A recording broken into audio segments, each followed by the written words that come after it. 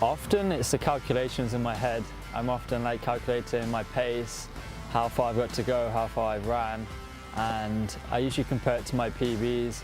So if I'm going too slow, then I compare it to my fastest time, see if I'm on course for a good time or a slow time.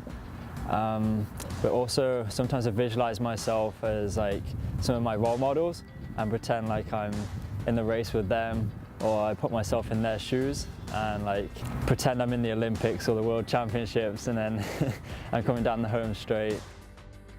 Before the race, I'm very focused. Usually I listen to music, and I don't know, when we're walking the course, I'm usually thinking of areas that I can attack on and areas where I'm going to relax.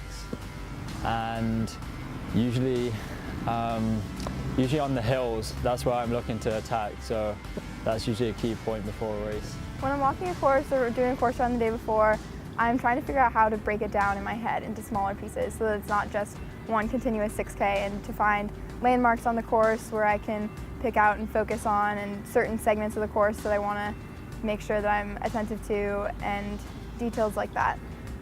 My typical race strategy is kind of to go out a little more conservatively, and then I like to think of a point where I need to stop kind of the conservative mindset and start trying to move up, and midway through the race where I want to make sure that I'm competing with the group that I want to be competing with at the end. In the moment of racing, it's definitely a lot more focused on the short-term goals. It's executing each individual segment of the race as I planned in order to have the best race possible. Outside of the actual moment of the race, it's kind of when I'm thinking what the long-term goals are for the season and for each race.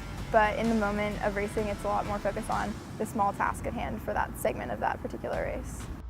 When there's extreme conditions, like there's probably going to be in Buffalo and like there were last year in Buffalo, it's reminding myself that everyone's has the same conditions and it's the same for everyone, and that even though it can be cold and it can be wet, it's cold and wet for everyone.